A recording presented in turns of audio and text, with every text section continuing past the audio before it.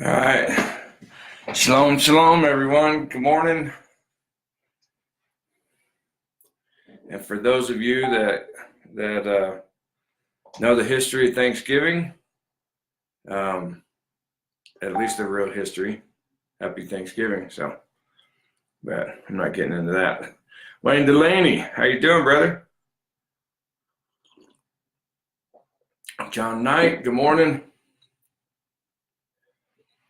Joseph Riverwind, how you doing, brother? Mary, Finn.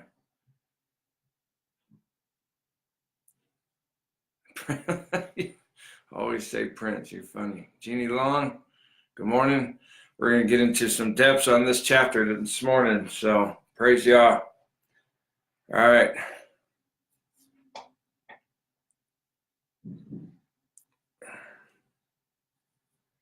All right, so I guess we will get going now. So what I want to do is, I know for many, everybody loves Psalm 119. I love Psalm 119. It's awesome. Of course, as we all know, it's the biggest chapter in the Bible. And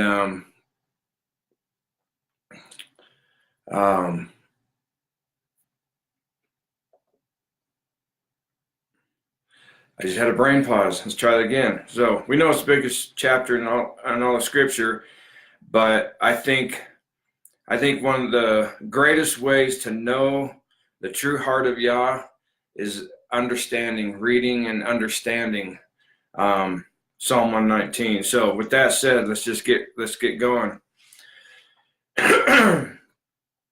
Blessed are the undefiled in the way. And I implore you, really focus, and because I'm not going to try and read this fast. So I hope you got your coffee and you're kicking back and you're ready to get into the Word, because it's going to be like a psalm reading / sermon type reading this morning. We're not going to be done in 15 minutes like I normally do on a daily psalm reading. I really want to get into this, and I want us to really emphasize and focus on what this chapter says. So I hope you got your coffee. All right. Blessed are the undefiled in the way, who walk in the Torah of Yehovah. Blessed are those who keep his testimonies, who seek him with a whole heart. They also do no iniquity. They walk in his ways. You have commanded us to keep your precepts diligently. Oh, that my ways were directed to keep your statutes. Then I would not be ashamed. When I look into all your commandments, I will praise you with uprightness of heart. When I learn your righteous judgments, I will keep your statutes. Oh, do not forsake me utterly. How can a man cleanse his way? By taking heed according to your word. How can a young man cleanse his way? By taking heed according to your word. With my whole heart I have sought you. Oh, let me not wander from your commandments. I want to pause there a second, because, whether we were there at one time when we were in the church, we believe that all the commandments and everything of Yehovah's word, of the Torah, were fulfilled and done away with, that it was nailed to the cross as such, and all these things. And we know that that's not true. We know that now. But the thing that we see a lot of battle with as we continue on, and we try to help others to come out of the church, and it's not so much that the focus is to help them get out of the church, but it's to get out of the teachings. Leaving the church just becomes a logical decision once you come to know the truth. But what I want you to focus on, what we need to think on, I really want you to get two things out of this as we read this today. One is to understand where you are in Yah better than ever before. And the more we read this chapter, whether it be like this or you do it on your own, you want to talk about meditating on the word? This is a chapter we need to meditate on. This is a chapter we need to eat every day. This is a chapter that we need to have in our minds, in our thoughts, in our constant training and being discipled through the Ruach HaKodesh. This is a chapter for that. But the other thing I want you to do is I want you to think about from this, or get from this, is how we need to be able to help those who are in the church. Help those who have been taught and ingrained, just like we were, that the Torah is done away with. We don't have to keep that stuff anymore. And the horrific lies of it being called archaic and a burden and all of these things. And to be able to help people, help people's eyes become opened up to the truth that his Torah is more important now than ever before. And not only that, but for the mindset, as we all know, because we were there maybe to one extent or another, is that anybody who tries to keep Torah, they automatically think that we're trying to have our own righteousness. We're trying to be righteous by our own works. And as like I said, I think it was yesterday, is that if I try to live righteously on my own, then that's by my own works. Not by a guidance of Yehovah or the Holy Spirit or his scripture. For me to go out into the world and try to declare myself righteous by my own thoughts, my own ways, my own will, that's doing it by your own works. But if we try to become righteous through the word of Yehovah, we try to become holy, we try to become upright through his word, through his commandments, by the way he declares how we are to live, how we are to walk before him, then that's not doing it by our works, that's doing it by his works. And I think it was in Psalm 118 yesterday, it says that it is done by him. Our works in his word is done by him. Does that make sense? Our righteousness becomes righteousness because of him, because of his word, because of what he puts in us to do.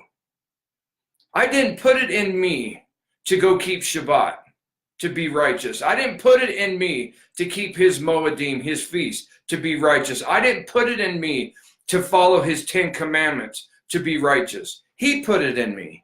He put that in my heart.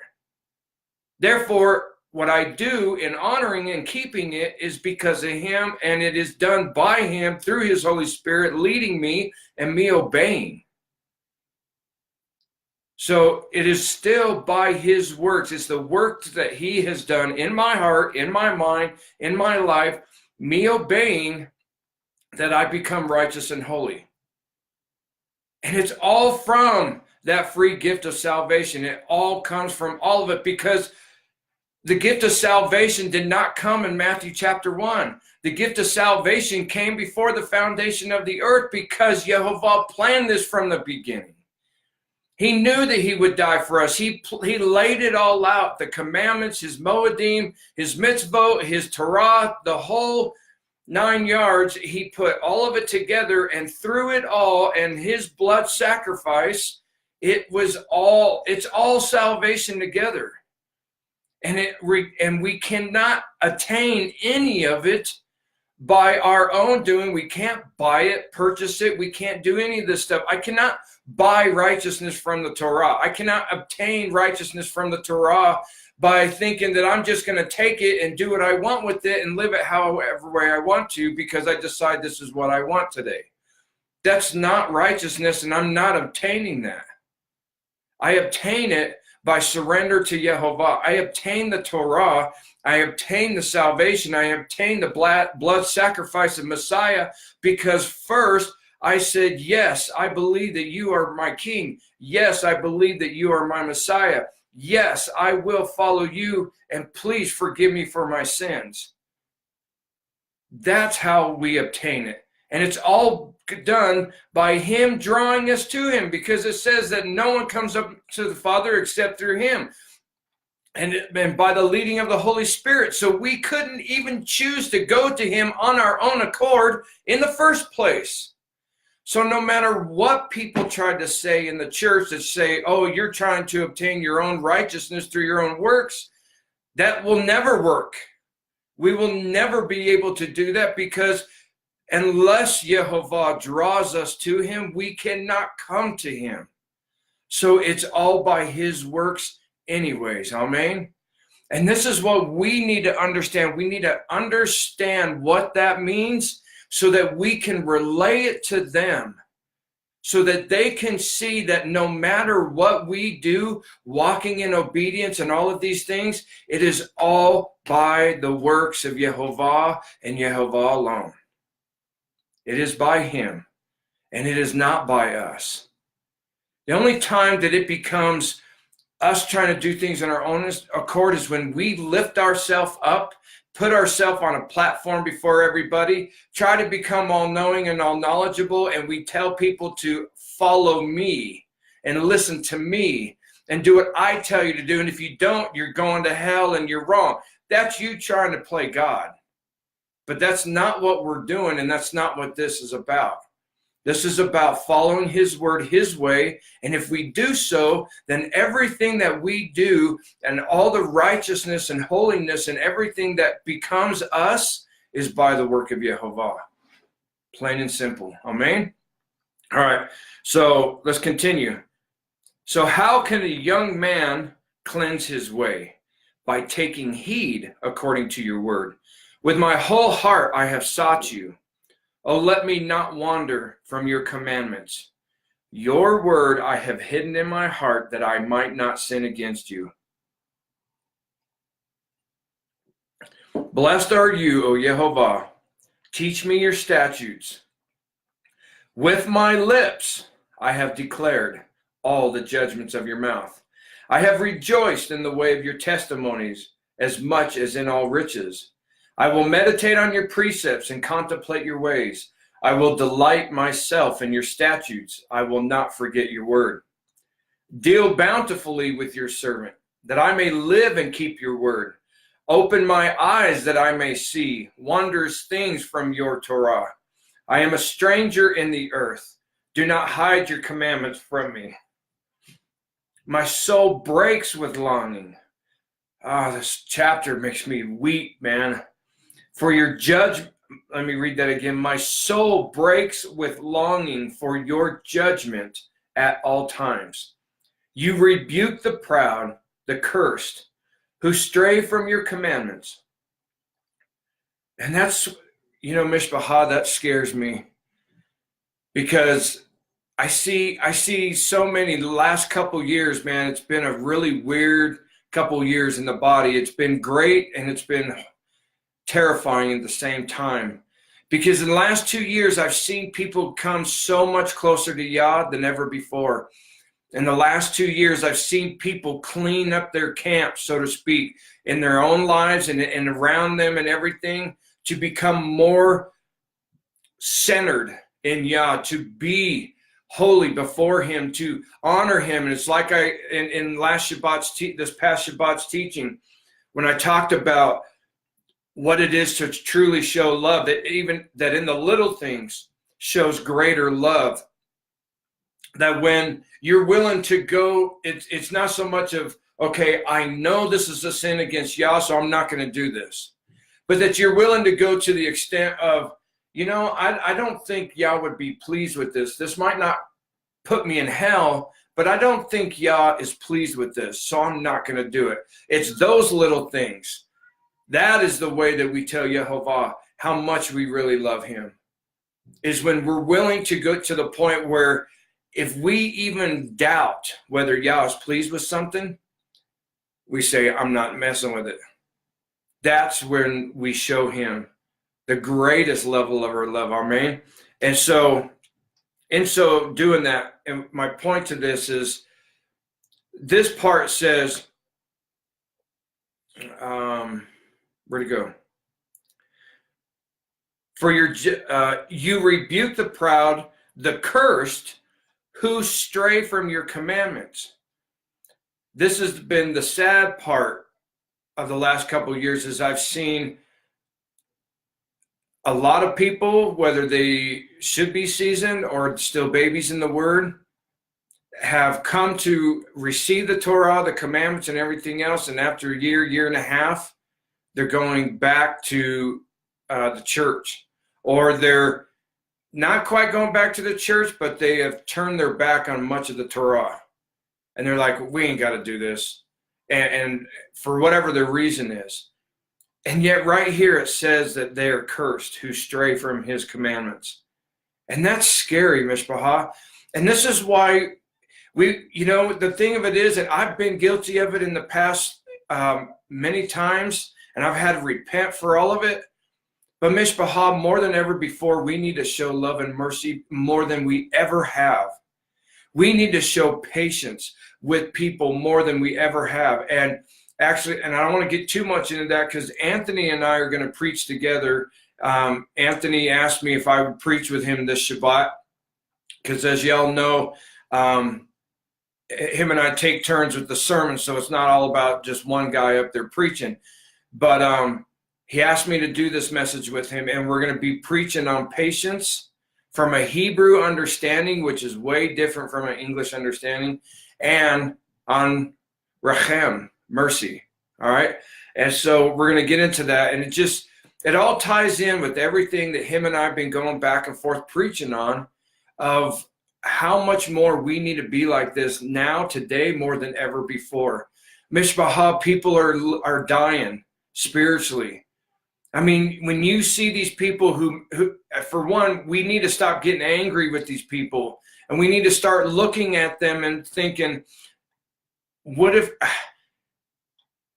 that was the rich man and they're begging for a drop of water in their burning tongue? See them that way, Mishpachah. Do you really want to, is there even a remote piece of you that would be like, yeah, I want to see them in that place? The answer should be absolutely no way. I don't want to see anybody suffer and be lost. We already know there's going to be plenty who are going to be lost, because the road to destruction is great and wide, and many shall find it. Mishpachah, I don't want to be a part of anybody finding that road because I didn't do my part, because I didn't show enough patience or enough love or compassion or mercy, because I didn't try hard enough, because I just assumed, they're not going to listen. It's going to go in one ear and out the other. I don't want to be that. I don't want to see people be fulfilled in this way. Remove from me reproach and contempt, for I have kept your testimonies. Princes also sit and speak against me, but your servant meditates on your statutes. Your testimonies also are my delight and my counselors. My soul clings to the dust. Revive me according to your word. I have declared my ways, and you answered me. Teach me your statutes. Make me understand the way of your precepts. So shall I meditate on your wonderful works. My soul melts from heaviness. Strengthen me according to your word. Remove from me the way of lying, and grant me your Torah graciously. I have chosen the way of truth. Your judgments I have laid before me. I cling to your testimonies, O Yehovah. Do not put me to shame. I will run the course of your commandments, for you shall enlarge my heart. Teach me, O Yehovah, the way of your statutes, and I shall keep it to the end. Give me understanding, and I shall keep your Torah. Indeed, I shall observe it with my whole heart. Make me walk in the path of your commandments, for I delight in it. Incline my heart to your testimonies and not to covetousness. Turn away my eyes from looking at worthless things and revive me in your way.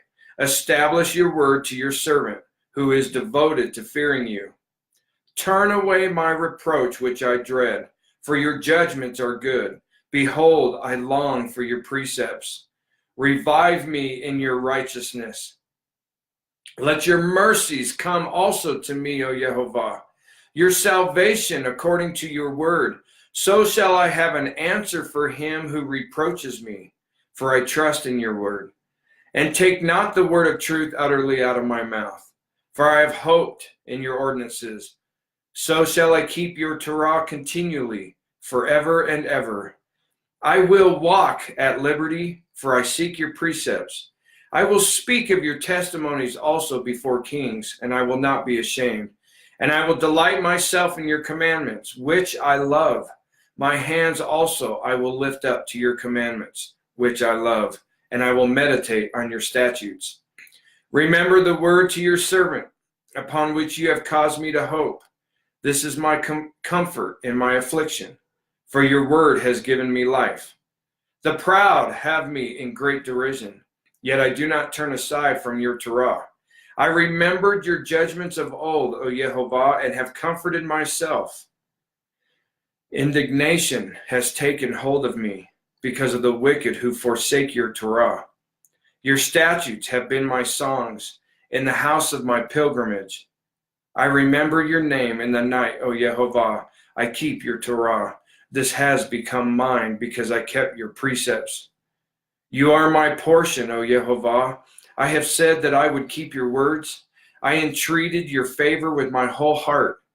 Be merciful to me according to your word. I thought about my ways and turned my feet to your testimonies.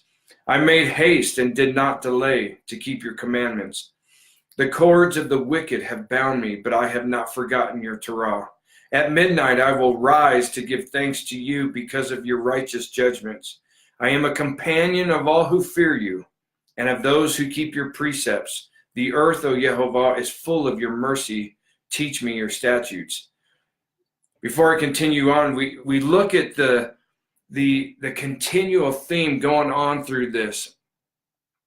You know, it's one thing after another: commandments, precepts, statutes, his ways, meditating on them, eating them, living them, confessing them, proclaiming them, even unto the kings. All of these things, again and again and again and again. I love your commandments. I love your precepts. I love your testimonies. I love all this stuff. When we have that mindset, when we live that way, when we walk that way, when we talk that way, when we act that way, when we think that way, when we do everything in this way, we show the greatest example of what it is to be a child of the Father and a bride of Yehovah or Yeshua. We show the greatest example of what it is to be living out the salvation that we have been promised to those who endure to the end. And once again, just another thing of how to understand that the more we understand, the more that we can explain to those who are in the church or who are in denominations, Baptists, Protestants, Catholic, Methodist, whatever, all these denominations, and their denominational doctrine that has taken the word and turned it into what fits their denomination. And so they live by that. They've been taught by that. They've been raised up in it, just like anybody else. Like a person born into Islam, raised up in Islam. If they come to believe in Yeshua, it's trying to help them. The first handful of years is helping them separate what they've been taught to come into what Yah's teaching and to understand and to grow. And so the longer somebody's in it, the more work there is to weed out. And this is why we have to be patient, Mishpah. This is why we have to be long-suffering in these things, just as Yeshua was with us. Even to the point that even at the end, before he breathed his last breath and said it is finished, he looked upon everyone who was mocking him, spitting him, who'd speared him, who'd beat him, who whipped him and ripped his beard out of his face and all these things. That even to that point, he said, Father, forgive them, for they know not what they do. Mishpah, they don't know either. They don't know, and it is our duty. Yehovah has given us a privilege to have our eyes opened, to have the scales removed for us to see the truth of his word. And I'm talking about his word, not messianic word, not Hebrew roots or any of this side of the coin denominational doctrine. I'm talking about the word of Yehovah, Genesis to Revelation, the Torah, the commandments, the mitzvot, the moedim, all these things, what it says in the word, not denominational doctrine, but in the word. Yehovah has allowed us to have eyes opened, to see. And how much was Yah long suffering with us, Mishpachah? How long did it take for Yah to be patient with you, for you to finally see his truth? And yet it's so easy for us to just cut it off and be done with somebody else because they buck us for a little bit or they don't want to hear it. Now, if somebody tells you, I don't want to hear it, I don't want to talk about it, then that's when we know what Scripture says, dust your sandals off and walk away. But if they're willing to listen, as long as they're not being rude, it doesn't mean to stand there and listen to them just berate you or cuss you out or do whatever they do. But if they're willing to hear and they're willing to talk and they're going to let you talk and you both have a discussion, even if they disagree and they want to argue, then it's our job to fight. Fight for them. You're fighting for their soul, Mishpachah. You're fighting for their eternity. Is it worth trying? Is it worth taking the licks, so to speak, with the hope that one day they're going to come and see? Is it worth just being there for a minute to plant the seed, knowing that Yah will send somebody else to water it? It's got to start somewhere, Mishpachah. Yah chose you. We got to do it so that they can be in this place, so that they can be in the same place that we are right now, a place where Yah has had mercy on us to allow us to see the truth and to grow and to come to know what it is to walk in all of his ways. Amen. Verse 65, you have dealt well with your servant, O Yehovah, according to your word. Teach me good judgment and knowledge, for I believe your commandments. Before I was afflicted, I went astray, but now I keep your word. You are good and do good. Teach me your statutes. The proud have forged a lie against me, but I will keep your precepts with my whole heart. Their heart is as fat as grease, but I delight in your Torah. It is good for me that I have been afflicted, that I may learn your statutes. The law of your mouth is better to me than thousands of coins of gold and silver. Man, I love that. Your hands have made me and fashioned me. Give me understanding that I may learn your commandments. Those who fear you will be glad when they see me, because I have hoped in your word. I know, O Yehovah, that your judgments are right, and that in faithfulness you have afflicted me. Let, I pray, your merciful kindness be for my comfort. According to your word to your servant, let your tender mercies come to me that I may live.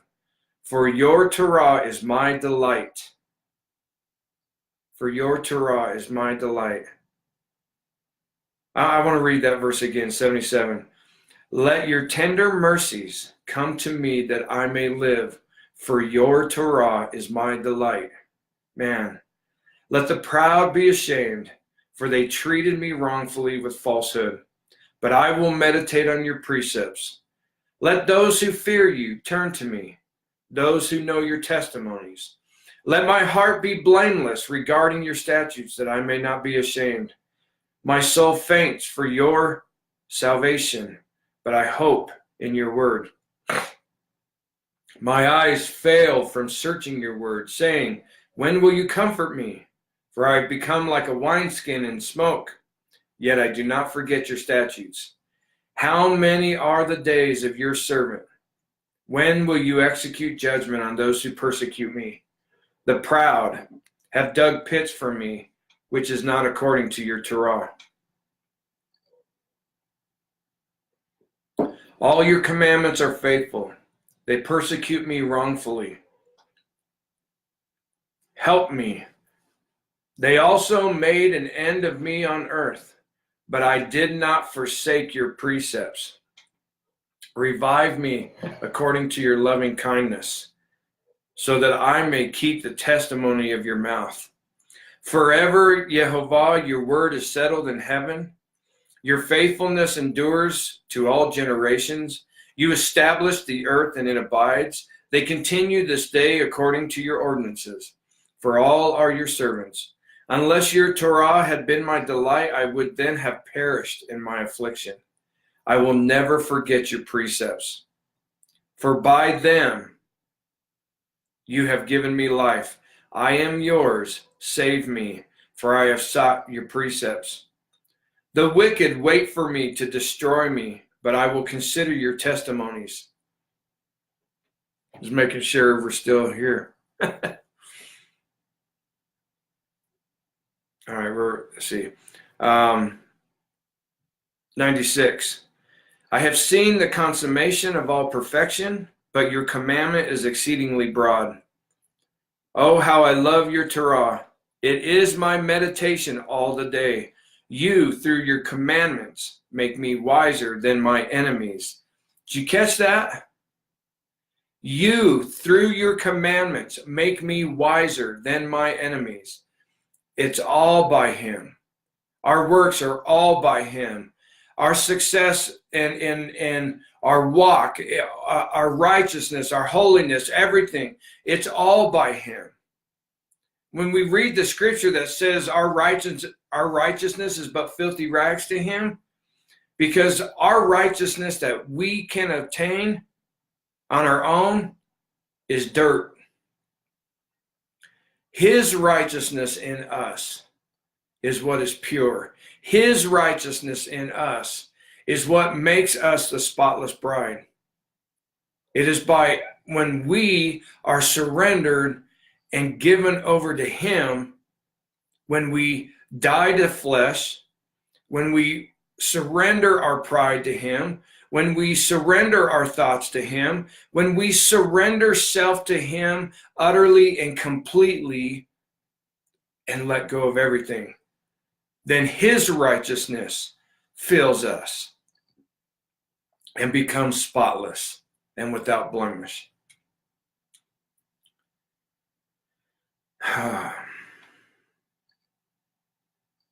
So I'm going to read that again, 98. You, through your commandments, make me wiser than my enemies, for they are ever with me. I have more understanding than all my teachers, for your testimonies are my meditation. I understand more than the ancients, because I keep your precepts. I have restrained my feet from every evil way, that I may keep your word. I have not departed from your judgments, for you yourself have taught me. How sweet are your words to my taste, sweeter than honey to my mouth. Through your precepts I get understanding, therefore I hate every false way. This is why Miss Baha'i said we need to know this chapter. I mean, we need to have this chapter down where we're on the verge of having it memorized, so that so that we can consciously think on a daily basis. When we look back and Psalm 103, verse 103, how sweet are your words to my taste, sweeter than honey to my mouth. I can't remember if it was Psalm 117 or 118, or last handful of Psalms where I read that we desire his word, his Torah, more than water, more than bread, more than anything to take care of our body, that we desire his word more than the thing that gives us life or helps us to live, which is to eat food and water and bread, okay? That we hunger for his word, his Torah, his ways in us more than that. Let's continue. Verse 105, your word is a lamp to my feet and a light to my path. I have sworn and confirmed that I will keep your righteous judgments. I am afflicted very much. Revive me, O Yehovah, according to your word, except I pray, the free will offerings of my mouth, O Yehovah, and teach me your judgments. My life is continually in my hand, yet I do not forget your Torah. The wicked have laid a snare for me, yet I have not strayed from your precepts. Your testimonies I have taken as a heritage forever, for they are the rejoicing of my heart. I have inclined my heart to perform your statutes forever to the very end. I hate the double-minded, but I love your Torah. I'm going to have to go through here and count how many times it says, I love your Torah. You are my hiding place and my shield. I hope in your word. Depart from me, you evildoers, for I will keep the commandments of my Elohim. Uphold me according to your word, that I may live, and do not let me be ashamed of my hope.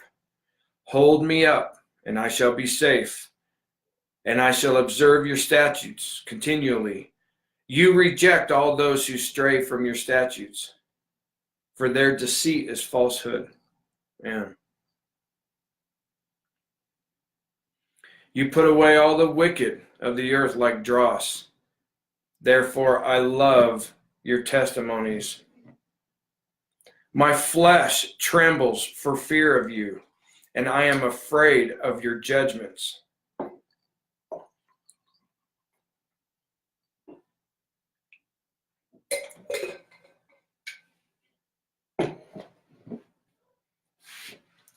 I have done justice and righteousness. Do not leave me to my oppressors. Be surety for your servant for good. Do not let the proud oppress me. My eyes fail from seeking your salvation and your righteous word. Deal with your servant according to your mercy and teach me your statutes. I am your servant. Give me understanding that I may know your testimonies. It is time for you to act, Yehovah, for they have regarded your Torah as void. Oh, man. Right there. How do we do that? How do we, Mishpaha,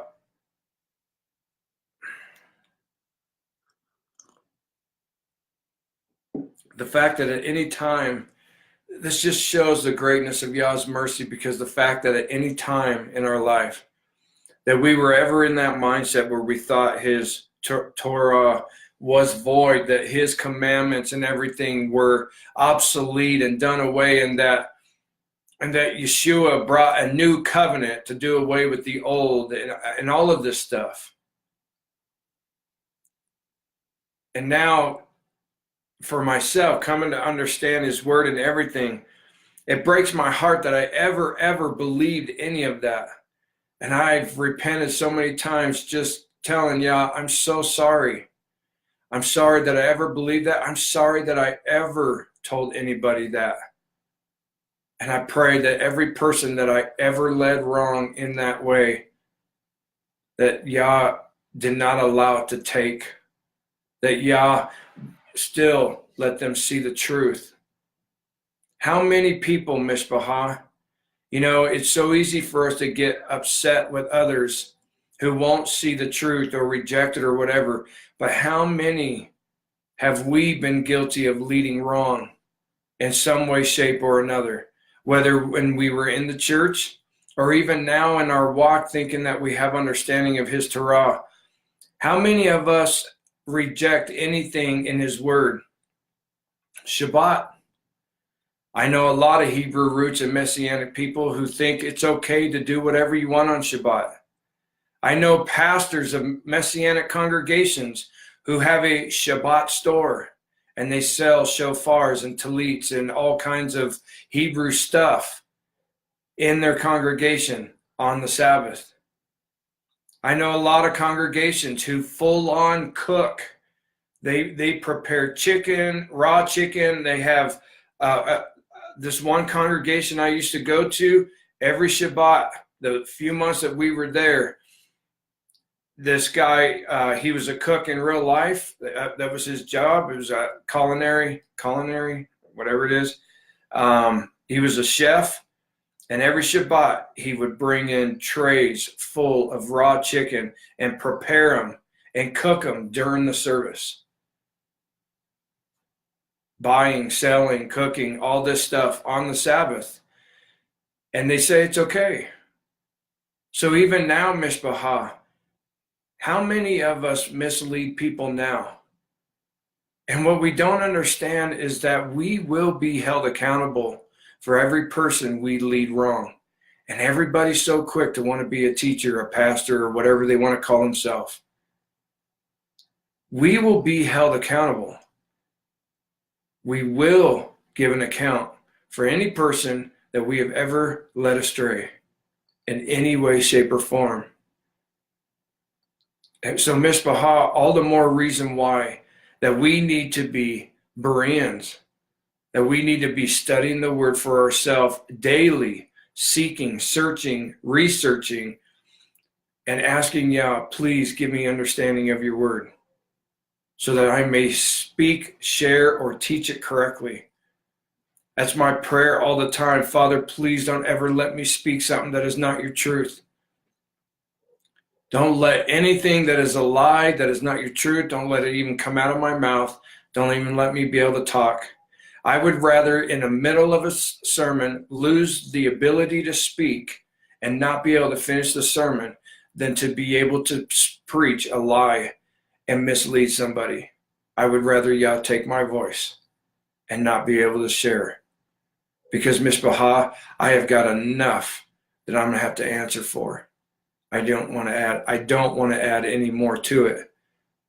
And this is why, Mishpacha, all the more reason why we need to be so much more gentle, so much more compassionate, long-suffering, patient, merciful with those who don't know, with those who don't have an understanding. Whether you think they understand or not, you're not Yah, you don't know. We need to treat them the way Yeshua said on the cross. Father, forgive them, for they know not what they do. We need to pray the same way. And we need to keep praying for them until they are saved. But regardless, that's our job and that's what we're called to do. Amen.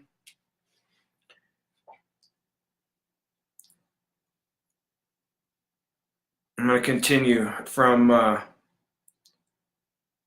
Psalm 125. I think that's what that says. Yeah. I am your servant. Give me understanding that I may know your testimonies. It is time for you to act, O Yehovah, for they have regarded your Torah as void. Therefore, I love your commandments more than gold, yes, than fine gold. Therefore, all your precepts concerning all things I consider to be right. I hate every false way. Your testimonies are wonderful. Therefore, my soul keeps them. The entrance, I love this verse, Mishpacha. This just shuts down everybody who thinks you got to go to seminary or whatever to be able to teach the word. The entrance of your word gives light.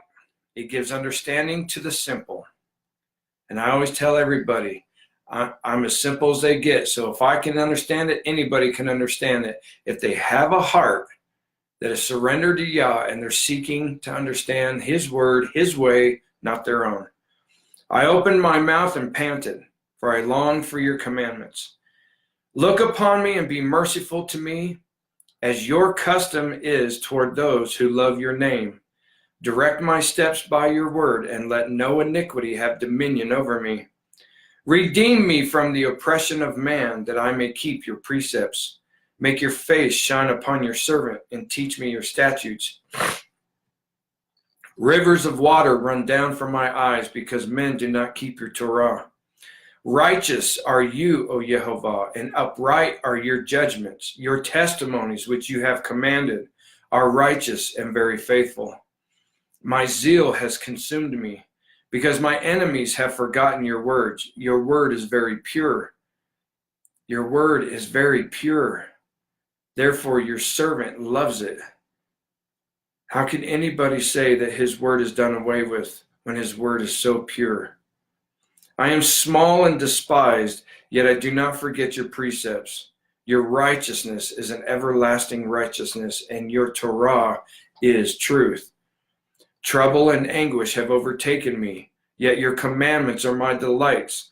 The righteousness of your testimonies is everlasting. Give me understanding, and I shall live. I cry out with my whole heart. Hear me, O Yehovah. I will keep your statutes. I cry out to you. Save me, and I will keep your testimonies. I rise before the dawning of the morning and cry for help.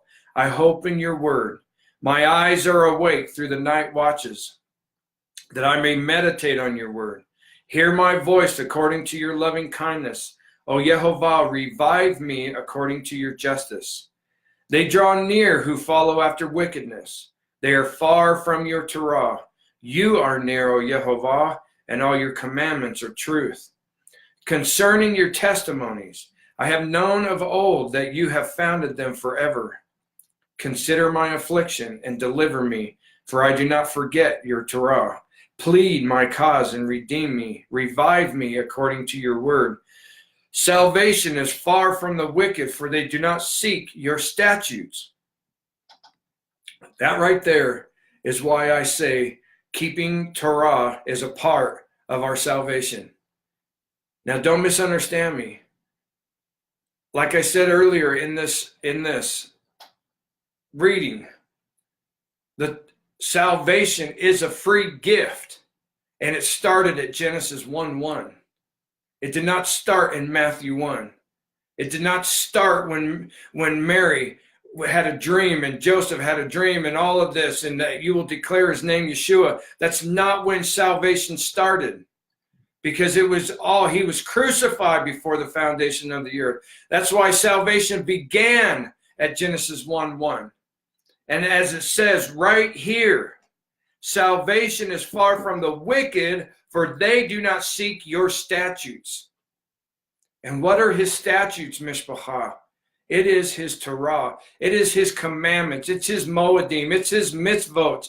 It's everything that he declares that if you love me, you will keep my commandments. It is everything that he declares that those who walk in obedience unto me, I will bless you. And those who disregard my commandments, I will curse you. As it says in Proverbs 28:9, he who turns his ear away from the Torah, even his prayers are an abomination. Right there, Mishpachah. This is why walking in obedience to his Torah is a part of our salvation. It is what helps us endure to the end so that we are saved. It's all salvation.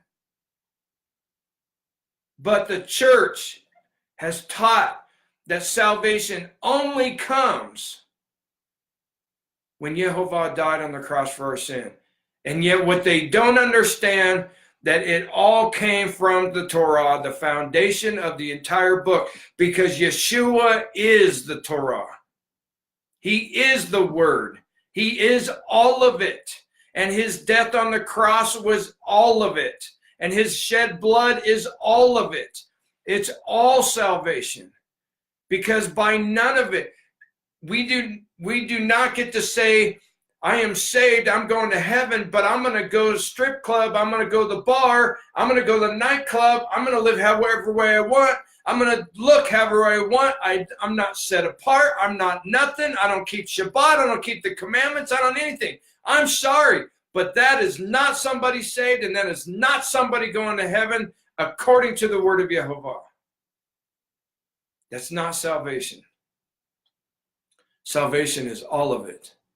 It is a free gift, and we cannot earn it, buy it, or anything else. It is by faith. We are saved by faith, by grace through faith. And what did Paul say? Because people love to use Paul to prove we don't have to keep the commandments. Paul said, faith without works is dead. So when by grace, that Yehovah saved us through faith, faith is an action, meaning that if we believe it, then we act on it. So by believing it, Yah puts it in our heart, his Torah, on our heart. And we act. and we do the things that he tells us to do, we walk in those ways and by those works, faith without works is dead. So if we come, it's the parable of the one where the demon was sent out and it went and roamed through the earth trying to find a place and could not, and decided to go back where it came from, and it found the house clean, but it was empty. And that's what happens to those who confess, yes, Jesus is Lord, I am saved, forgive me for my sin, and that's it. The house gets cleaned, but nothing begins to fill it. And by Yah's own word, in his Torah, that his word will be written on our hearts. And his Ruach HaKodesh will fill us and lead us in all of his ways and all of his truth. That's all salvation, Mishpachah, all the way across the board. Amen.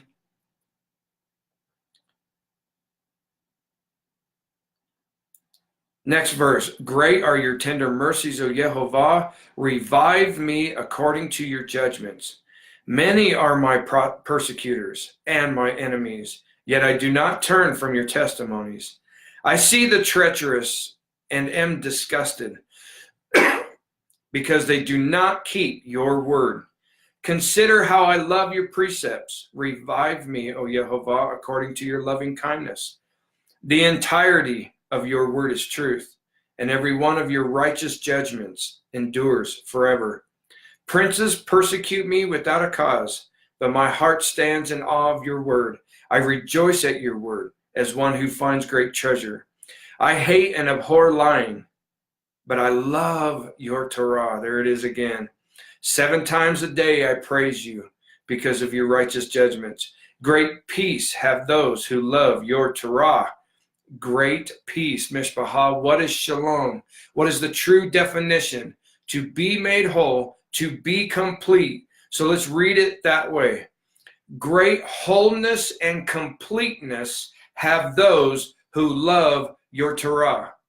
Great wholeness and completeness have those who love your Torah, and nothing causes them to stumble.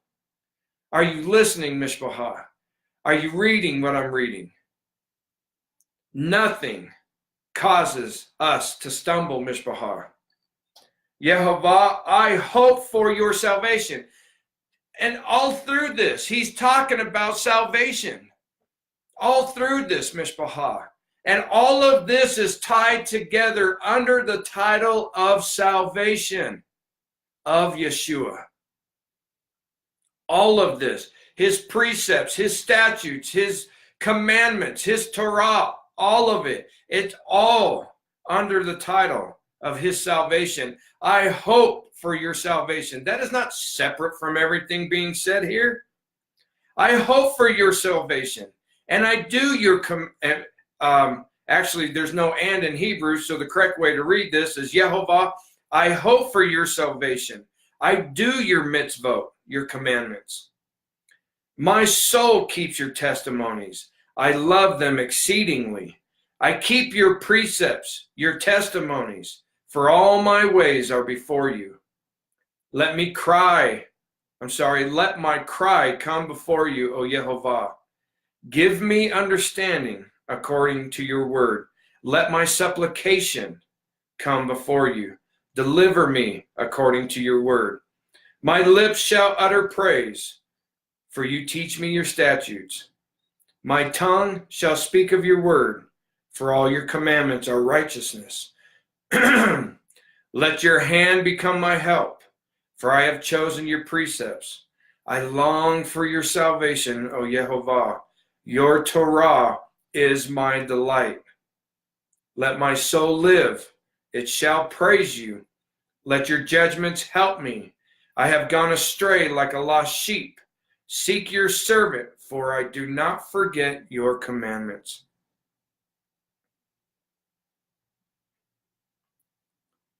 Wow. I find it interesting. Verse 1, blessed are the undefiled in the way who walk in the Torah of Yehovah. So that's how that chapter starts. Come on. There we go. And it ends, I have gone astray like a lost sheep. Seek your servant, for I do not forget your commandments. It finishes up with basically the exact same comment, the same meaning.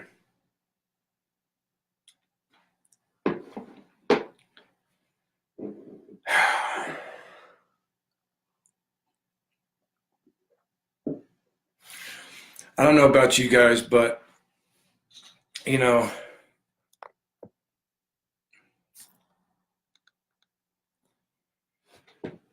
reading that chapter, going over the stuff, man, that chapter, it's like I want to read it 100,000 times.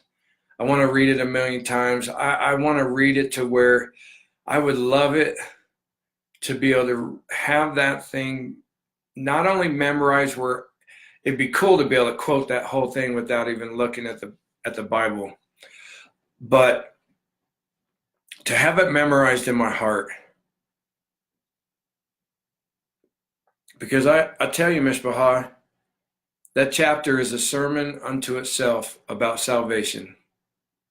I think that chapter gives us the truest picture of salvation as a whole, from beginning to end. It shows us all of it. Because it was through the Torah that we were first told, that we first saw, that we first realized that Yeshua is spoken of. Yeshua is all throughout it.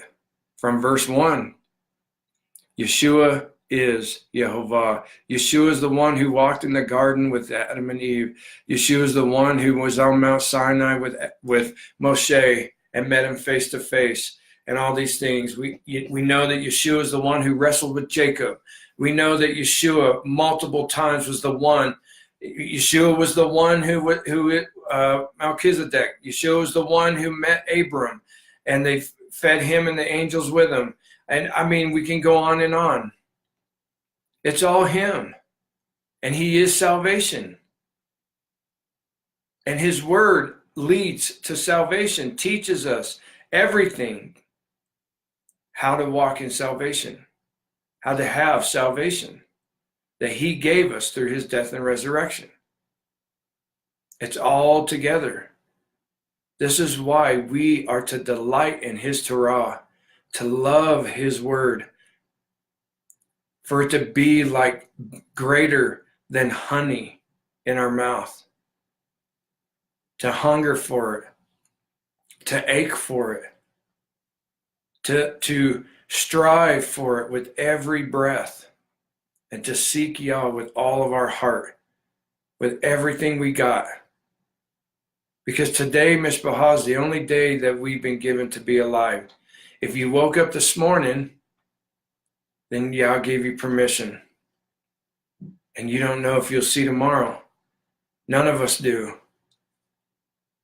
Tomorrow's not promised. Today is the only day that we can walk out his word, his way, his truth, his salvation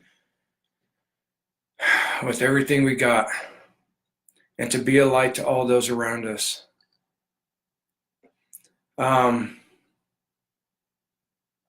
Let's see.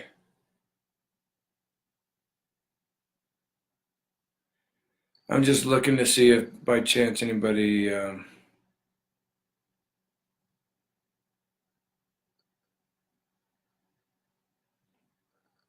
had any questions. If anybody does, usually nobody asks questions on here during the psalm readings.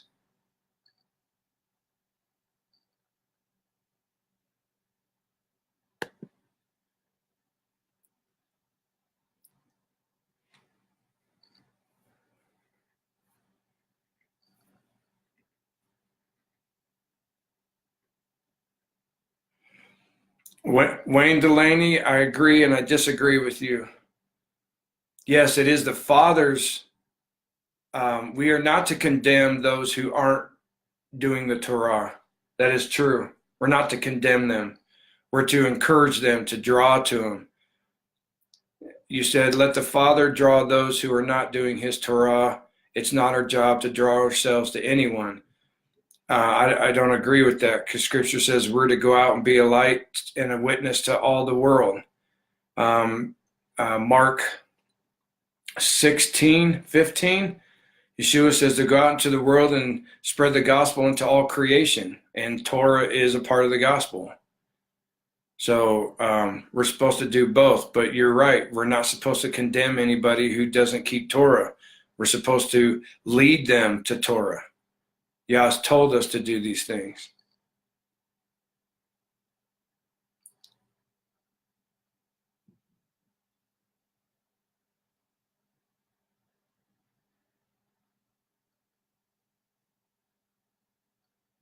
Let's see.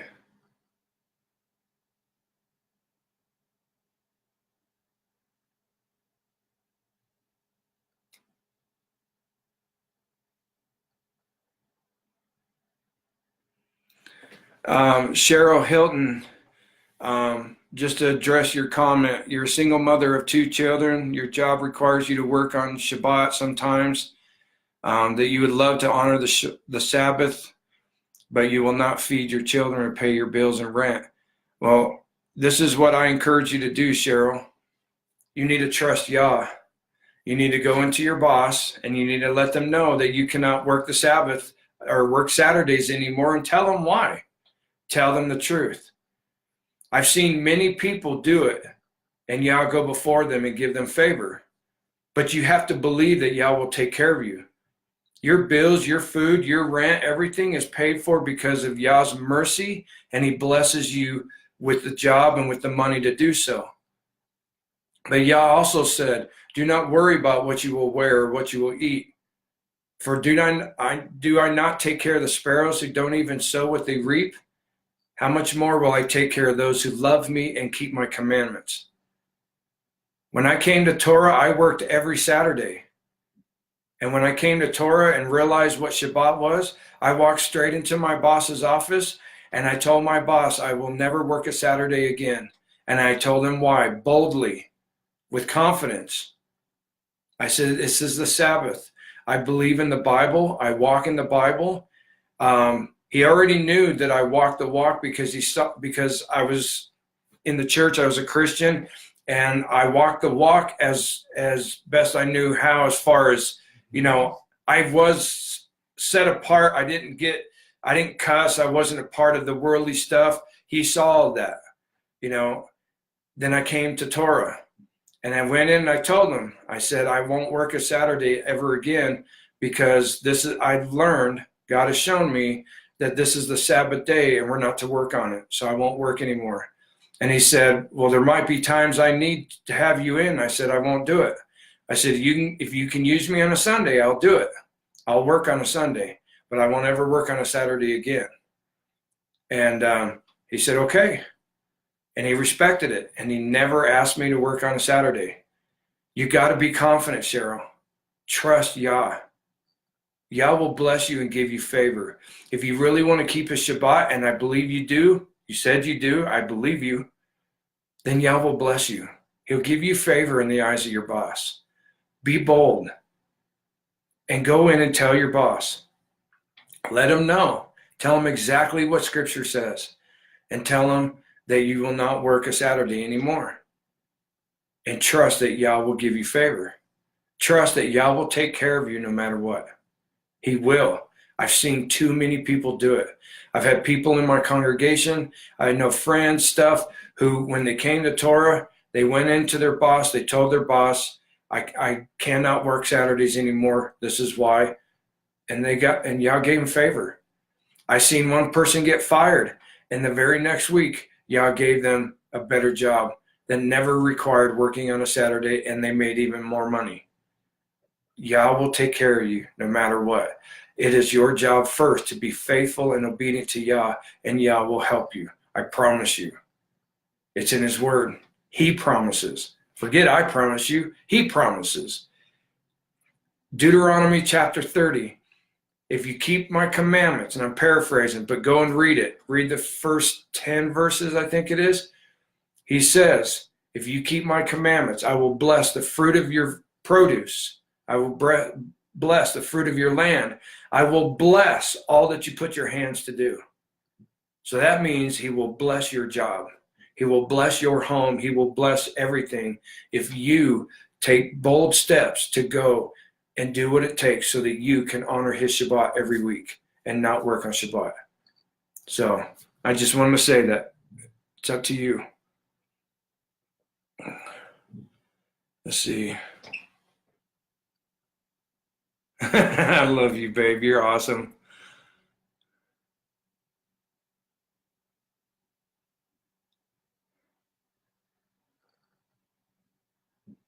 Amen, treasure.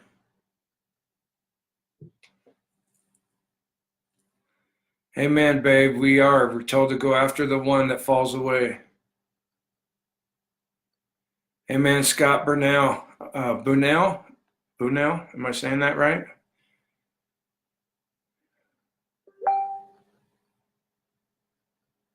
All right, I don't see, got a lot of comments, but I don't, anybody have any questions before I close out?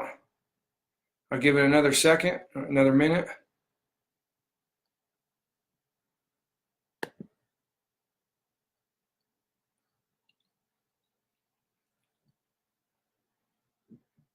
Well, I figured this was going to be about an hour between, I told everybody ahead of time it was going to be like a psalm reading / sermon. So, all right. Well, I know not everybody keeps Thanksgiving, and my short but brief comment will be that in the research that I've done, Thanksgiving, now I know it became a one-day American holiday. It is not based in pagan roots. It is not based on those that came over with what's his name or whatever. The first Puritans that came over here in 1608, they were actually Torah keepers. They left Europe and all of that to get away from the pagan stuff of Christmas and all that stuff. They wanted to keep the feast, but of course, as we all know, if you study out the history over there in the European countries, because the RCC controlled it all, it was outlawed. If you were caught keeping Sabbath and feasts and stuff, you would be jailed or put to death or whatever. So the first Puritans that escaped from all of that came over here, and when they met with some of the Indians, some of the Indians knew Sukkot to some extent, and that's a whole nother story to go into. But long story short was they ended up having a Sukkot celebration. And it just later on got turned into what we know today as the American holiday of Thanksgiving. It's not pagan, and there's no pagan roots behind it. And it was not based off of slaughtering any Indians or anything like any of that nonsense that other people try to say out there. So, because I'm all about honoring Yah's word. Anybody knows me knows I don't even celebrate Hanukkah, and there's nothing wrong with Hanukkah. I don't do any of that stuff. Thanksgiving, the only thing I do about this day is I'm thankful. It's a time to get together with family. Since I can't work because I got paid holiday pay from my job, and I would work if I could, but I can't.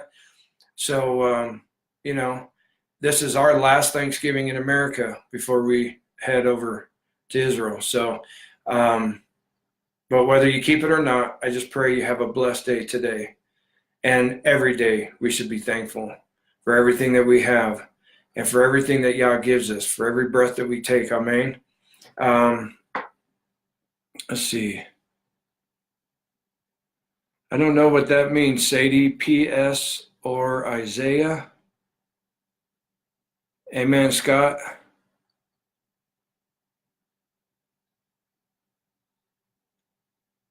Amen, Scott. Totally agree with you. Yeah, Christmas was outlawed. And Hanukkah, Hanukkah and Thanksgiving are both late Sukkot celebration. Hanukkah came from the Maccabees when they recaptured the temple from Antiochus Epiphanes, they reconsecrated it with the heifer and all that stuff. And once they did that, Sukkot was already passed for that year, so they had a late Sukkot celebration. That's why it's 8-day thing. And now it's been horribly twisted and turned into a bunch of other garbage today that had nothing to do with the original Hanukkah celebration with the Maccabees. It wasn't till the first, second, or third century that the Hanukkah or the 9-stick candelabra was brought into it, and among other stuff, and so, and then the present adding to that came from the Jewish kids here in America complaining to their parents that the other kids are having Christmas presents and they don't. So that's the one gift a day thing that got added to Hanukkah. So it got twisted. And it's had a lot of junk added to it. But the original Hanukkah was just a late Sukkot celebration that the Jews had after they reconsecrated the temple that they got back once they took it away from Antiochus Epiphanes, all because of the Maccabees. Judah Maccabee and his 5 sons, I think it was. So it's great. And, nothing wrong with acknowledging it for that reason alone. But it is based off Moedim, the last Moedim of the year. So, it's pretty cool.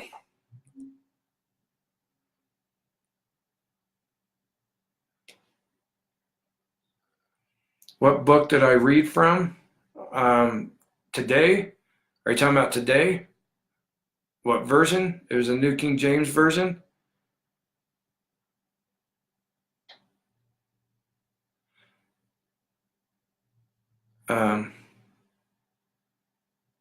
Yeah, the story of the oil, Sally, that's a fake story. That's not true. That was added decades, actually a few hundred years later. The story of the oil lasting 8 days is not true. There's no historical evidence to it. It's actually just another thing that was added to the Hanukkah story. It's not. There's no truth to that. You won't even find it in the Maccabees. Yeah, it's a fable. Yeah, thank you, babe. Let's see. The lighting of the menorah or the candelabra also was added. That's a man-added thing to Hanukkah. That's not part of it either. I mean, these just are all man-made things that were added to what Hanukkah first was. And when they did this Hanukkah, or what's become known as Hanukkah, they just did this, like I said, as a late Sukkot celebration, and it just ended up kind of sticking as a Feast of Lights celebration after that. So, it wasn't even meant to stick around, and it just did. What book? So Psalm 119, Sadie. Is that what you said? Okay. Address, please. I'm not sure what that means.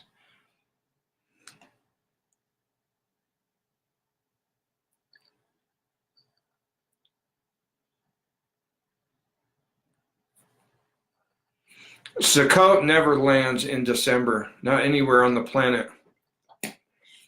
And Sukkot is always in the fall. And when they had it, it was in the winter because it wasn't till then that they reconsecrated and captured the temple and all that stuff.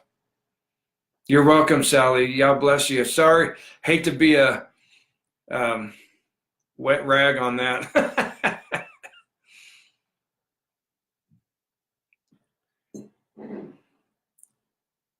Oh, okay, Sadie, I get it. Yeah, Psalm 119. Yeah, okay.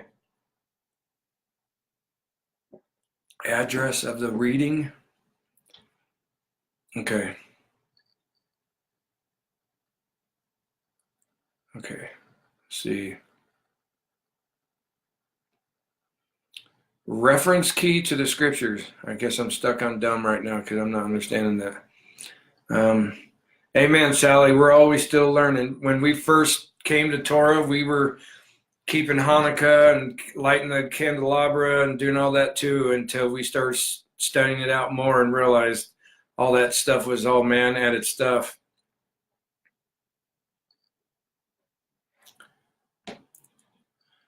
What's up, Greg Love? How you doing, brother?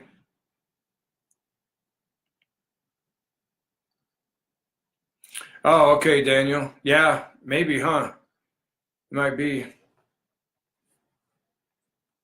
All right. So, well, I won't keep y'all. I've got to get downstairs and help my wife uh, finish getting stuff ready. And I hope you all have an awesome and blessed day.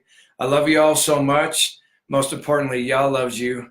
And we will see y'all tomorrow night on Triple T Tour Talk Time. Same time, 7 o'clock Mountain Standard Time. And hope to see y'all there. May y'all be blessed and may you be filled with his Torah and his salvation. Shalom, shalom.